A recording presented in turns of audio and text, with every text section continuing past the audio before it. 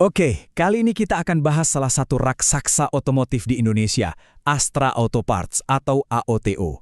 Kita bakal bedah bareng-bareng kondisi keuangannya ya, buat lihat apakah saham ini benar-benar layak masuk ke portofolio Anda.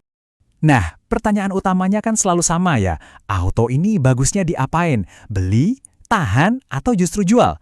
Jawabannya ada di laporan keuangan mereka, jadi ayo kita bongkar satu-satu. Oke, pertama-tama kita intip dulu bagian mesinnya.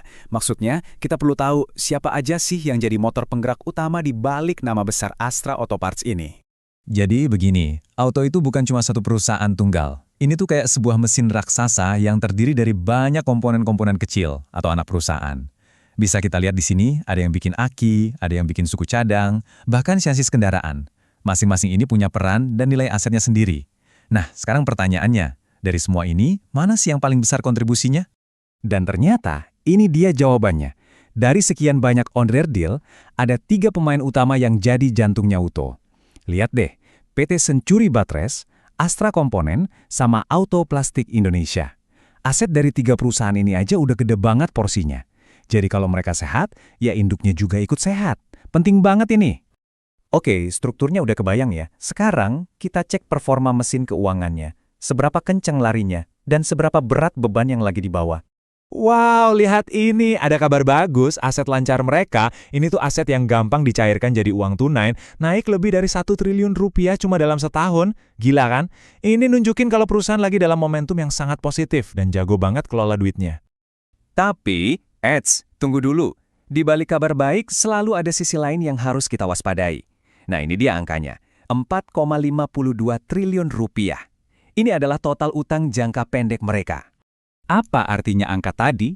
Gampangnya gini, ini adalah tagihan yang harus mereka lunasi dalam waktu kurang dari setahun. Jadi pertanyaan kritisnya adalah, dengan aset lancar yang naik tadi, cukup nggak buat bayar utang segini gedenya? Ini yang harus kita pikirkan. Sekarang, kita masuk ke bagian favorit saya, nyari lampu peringatan.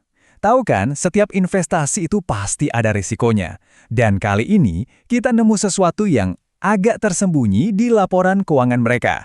Jadi kalau kita gali lebih dalam ya, di bagian catatan kaki laporan keuangannya yang sering banget dilewatin orang, ada satu kalimat kecil. Tapi kalimat ini, wah isinya penting banget. Ini soal umur aset-aset pabrik mereka. Angkanya 3,7 triliun. Gini deh bayanginnya, perusahaan ini punya banyak mesin di pabrik yang secara akuntansi nilainya itu udah nol, udah habis masa pakainya. Tapi, mesin-mesin zombie ini ternyata masih dipakai buat produksi. Nah, 3,7 triliun itu adalah harga belinya dulu. Kenapa ini jadi lampu peringatan? Ya karena ini kayak bom waktu. Mungkin sekarang mesin-mesin tua itu masih jalan. Tapi cepat atau lambat, mereka pasti rusak dan harus diganti kan? Nah, biaya penggantiannya itu nggak akan murah. Ini bisa jadi beban besar yang bakal menggerus keuntungan perusahaan di masa depan. Oke, kita udah lihat strukturnya, performa keuangannya, sampai risiko tersembunyinya. Sekarang, dari semua informasi ini, apa kesimpulannya? Mari kita rangkum.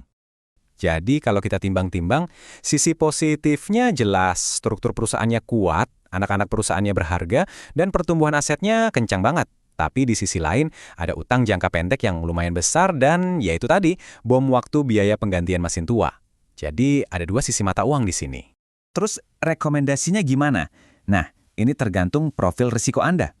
Kalau Anda tipe investor jangka panjang, yang sabar, dan siap hadapi risiko belanja modal besar di masa depan, saham ini bisa jadi peluang beli. Tapi kalau Anda lebih suka main aman, mungkin lebih baik tahan dulu. Kita lihat dulu gimana mereka mengatasi isu mesin tua ini. Jadi, pada akhirnya, auto ini ada di sebuah persimpangan penting. Pertanyaan besarnya adalah, apakah mereka akan berani keluar modal besar untuk meremajakan mesin mereka demi dominasi di masa depan? Atau mereka akan terus mengandalkan mesin tua ini sampai akhirnya ketinggalan zaman? Nah, itu pertanyaan yang harus Anda jawab sebelum berinvestasi.